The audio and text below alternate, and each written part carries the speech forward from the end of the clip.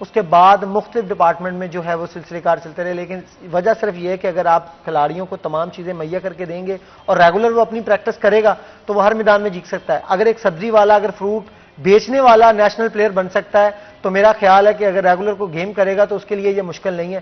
کتنا tough time ہوگا کہ وہ صبح سے وہ جاتا تھا، پہلے منڈی پہنچتا تھا، منڈی سے وہ وہاں پہ آنے کے بعد سارا دن سبزی اور فروٹ سیل کرتا تھا، شام کو ٹائم ملتا تھا 1 گھنٹے کا، اور وہ 1 گھنٹے میں اپنی پریکٹس کرنے کے بعد میدان میں اترا اور الحمدللہ اب وہ جو ہے وہ دوسرے ممالک میں جا کر جو ہے وہ کھیل رہا ہے۔ تو محنت کے ساتھ ہے یہ تمام تر چیزیں۔ ایک چیز اور ہے حنان، ضلعی انتظامیہ سے مجھے بہت زیادہ گلہ ہے، اور وہ اتنا زیادہ ہے کہ وہ سپورٹس کو اپنی جو پریورٹی میں شامل نہیں کرتے۔ وہ سمجھتے ہیں کہ یہ شاید ہمارا حصہ ہی نہیں ہے۔ کھیلوں کے کام کروانا، یہ جو کمپلیکس وغیرہ جس چیز پہ پیسے لگانے پڑے نا، پتہ نہیں کیوں جان نکل جاتی ہے، دوسری چیزوں پہ لگا رہے ہیں۔ مطلب اگر آپ کو کوئی چیز نظر آئی کہ یہاں سے کسی نے گزرتا وہاں پہ پینٹ کروا دیا، پینٹ کا بجٹ آپ نے 2 لاکھ 5 لاکھ بنوا دیا، کچھ کم سی کوئی جگہ نظر آئی تو اس نے کہا یار یہ سڑک ہونی چاہیے، یہ میرے روڈ کے اوپر سے جاتی ہے، وہ ان کو نظر آتا ہے۔ لیکن سپورٹس کو یہ اپنا حصہ ہی نہیں بناتے، اپنی جاب کا حصہ اگر بنائیں، ان کو پتا ہو کہ ہم نے منتھلی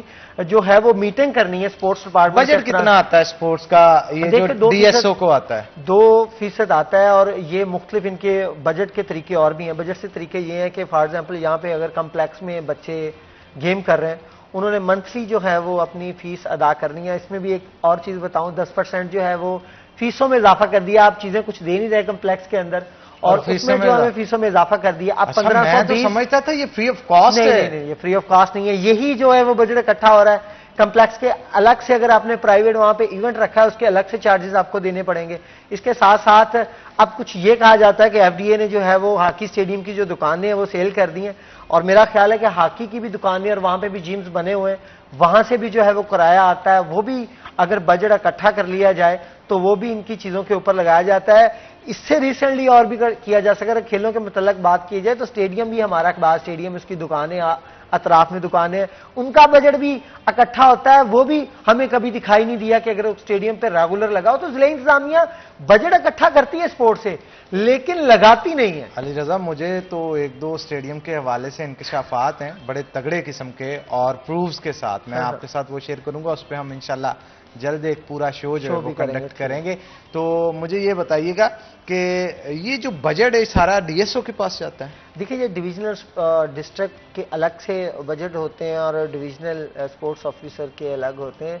زیادہ ذمہ داری ڈویژن سپورٹس آفیسر پہ ہوتی ہے کیونکہ اس نے مکمل اور بھی ڈسٹرکٹ جو 4 ہیں ان کو کتنا بجٹ، کتنی رقم ہوتی ہے اندازاً؟ دیکھیں اس میں مختلف گیمز کی ہوتی ہیں۔ اگر فار ایگزامپل ہمارا اوور آل کی اگر بات کریں، یہ 10 لاکھ 20 50 ہاں 10-20 لاکھ یہ جو ہے وہ منتھلی ان کو ایزیلی مل جاتا ہے۔ اگر اچھا نہ بھی ملے نا تو کوئی ایونٹ رکھ لیں، ان سے بھی مل جاتا ہے۔ اب چلیں جی، ہمارے پاس نا پچھلے دنوں ایک باکسنگ کا پلیئر تھا، وہ آیا تھا، وہ آذربائیجان گیا، اس نے کیا، اس کے بعد اس نے کہا تھا یار میری کوئی سن نہیں رہا، تو مجھے کائنڈلی میں ڈی سی آفس جاتا ہوں، مجھے کوئی ملنے نہیں دیتا، تو میں نے کہا، میں نے اس سے شو میں وعدہ کر لیا، میں نے کہا میں ڈی سی صاحب سے ملواؤں گا آپ کو، میں نے ملوا بھی دیا، اور ڈی سی صاحب نے ان کو حوصلہ بھی دیا، ان کو کہا کہ اتھینٹک پلیئر ہو آپ، اس کے لیے آپ کے پاس کچھ نہ کچھ تو ہونا چاہیے نا، جس سے مجھے پتا چلے کہ آپ واقعی میں انٹرنیشنلی کمپیٹ کر کے آؤ۔ میں نے اسے پھر طریقہ بتایا کہ آپ اپلیکیشن لکھیں ڈی ایس او کے نام، وہ آگے ریکمینڈ کرے گا ڈی سی صاحب کو۔ وہ اس پروسیس میں اتنی دیر لگی کہ 1 ہفتے بعد اس کی ملیشیا کے اندر جو ہے وہ باکسنگ چیمپئن شپ تھی، وہ گزر گئی۔ اس کا مجھے 2 دن پہلے میسج آیا کہ بھائی جان اس کا ٹائم گزر گیا ہے، میرا کسی نے کچھ نہیں کیا۔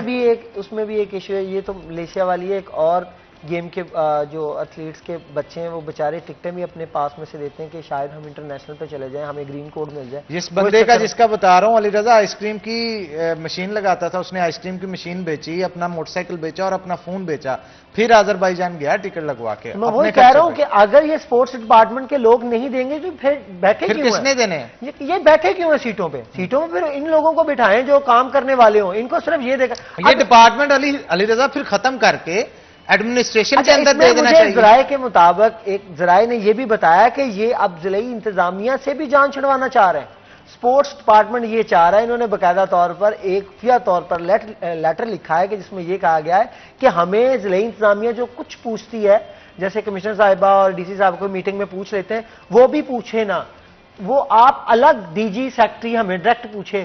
اگر کوئی پوچھے گا نہیں تو فیصل آباد تو پہلے یہاں پہ چکر لگانے سے یہ لوگ ڈرتے ہیں کہ پتہ نہیں فیصل آباد میں یہاں پہ کچھ کوئی بڑا دھماکہ ہو جانا ہے, ان کو آنے میں کوئی مسئلہ ہوتا ہے.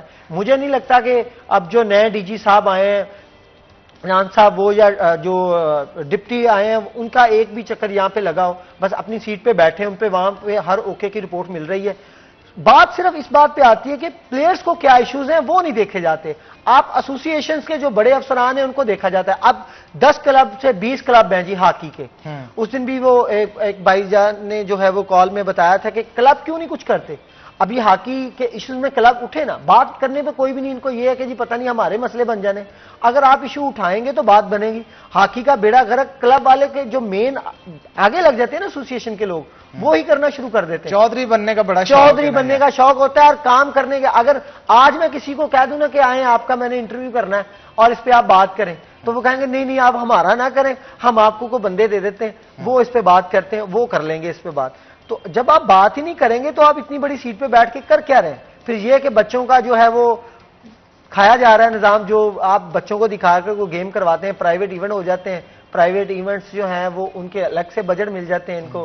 اچھا کچھ ایونٹس تو سننے میں آیا علی ایسے ہوتے ہیں کہ جن کا نہ تو پیپرز ہوتے ہیں نہ کچھ ہوتے ہیں, بس شادی بیاہ ہے جی لاؤ جی, بس اس کے پیسے لے لیے جاتے ہیں. لیکن تو اس میں پرائیویٹس میں نا لوگ پرائیویٹس انوالو کر لیتے ہیں. مطلب بجٹ آپ نے گورنمنٹس کا دے دیا, آپ نے ان کو بتا دیا کہ جی گورنمنٹس کا بجٹ ہے, گورنمنٹس کا پیسہ تو جب آئے گا وہ تو ایک علی شادی بیاہ کی تقریبات بھی تو کمپلیکسز کے اندر ہوتی ہیں, وہ بھی ہوتی ہیں ان کے, وہی تو نا ان کی تو پرچی بنتی ہے کہ بھائی جان یہ آپ نے 50,000 روپیہ دیا ہے, یہ کوئی بھی نہیں بنتی. پرائیویٹ ایونٹس جو ہیں میں یہی بتا رہا ہوں کہ اگر آپ نے, چلو یہ تو کھیلوں کی شادی بیاہ کی تو الگ سے بات ہے, کمپلیکس کے اندر اگر آپ نے پرائیویٹ اپنا کوئی کھیل کا ایونٹ ہی کروانا ہے اس کے بھی پیسے آپ نے دینے.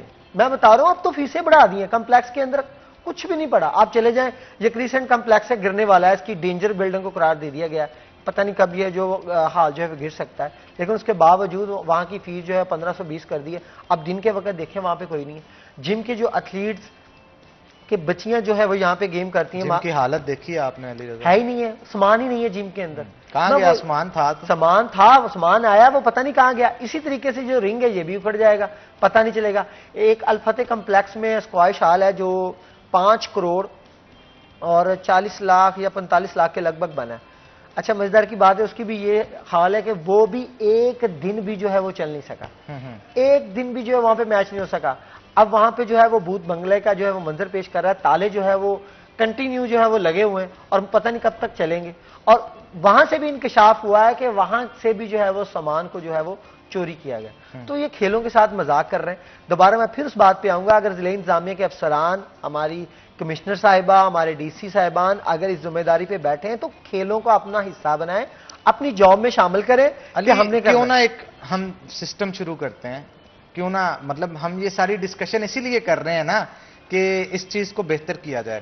آپ کسی کلب یا کسی سپورٹس مین یا وومن کی طرف سے اپنے اپنے ڈپارٹمنٹ کی 7 اپلیکیشنز اکٹھی کریں. وومنز والے کی باکسنگ والے کریں, دوسرے والے کریں, جم والے کی کریں. یہ سارا ان کو کہیں کہ آج تک جو سامان دیا گیا ہے نا کمپلیکسز کو, جو سپورٹس کمپلیکسز کو دیا گیا ہے, ایک تو ان کی ڈیٹیلز مہیا کی جائیں, کتنا خراب ہے, کتنا درست ہے اور کتنا موجود ہے اور کتنا غائب ہے, یہ سارا بتایا جائے. اور اس کے ساتھ ساتھ جتنا بجٹ آیا ہے وہ کہاں کہاں پہ لگا ہے اور کتنا لگا ہے اور کس کس کے تھرو لگا ہے. یہ میرا خیال ہے ایک ایفرٹ اگر آپ کروا کے کمشنر صاحب کو پہنچا دیں نا. لیکن اس پہ بھی میں تھوڑی سی آپ کو بات بتاؤں, یہاں پہ ایک بورڈ کمیٹی بنائی گئی تھی فیصل آباد میں ڈسٹرکٹ کی, جس کی آج تک جو ہے وہ میٹنگ ہی نہیں ہوئی. اچھا چلیں دونوں بھائی مل کے کرتے ہیں نا ایفرٹ. انشاءاللہ جی کرتے ہیں. ایک اپلیکیشن تمام 10 سے 12 اپلیکیشن اکٹھی کرتے ہیں ہم لوگ, اکٹھی کر کے میں آپ کے ساتھ کمشنر صاحبہ سلور صاحبہ کے پاس جاؤں گا, ڈی سی صاحب کے پاس بھی ہم جائیں گے. اس کے اوپر جو ہے وہ آپ کریں, کیونکہ ان بچوں کے لیے اگر ہم نہیں نہ فائٹ کریں گے ہمارا نام تو نہیں آئے گا کہیں پہ بھی, لیکن اللہ تو جانتا ہوگا نا کہ ہم نے ایفرٹ کیے. آگے جب ایفرٹ کرنا شروع کرتا ہے تو برکت جو ہے وہ اللہ تعالیٰ ڈال دیتے ہیں. آپ یہ تیار کروائیں اور سلور صاحبہ کے پاس جا کے ہم بیٹھیں گے اور اس کی کہیں گے ڈیٹیلز منگوا کے دیں, اور ڈیٹیلز اگر ہمارے پاس آ جاتی ہیں تو کالا چٹھا کھل جائے گا, پھر سوال پہ سوال ہوں گے اور ہر چیز جو ہے وہ شفاف ہو جائے گی. میں تو کسی دن یہ کہتا ہوں کہ نان بھائی کہ ہماری جو کمشنر صاحبہ ہیں اس کو بھی لائن اپ کیا جائے اور ان کو بلایا جائے, صرف ٹاپک سپورٹس پہ ہی ان سے بات کی جائے.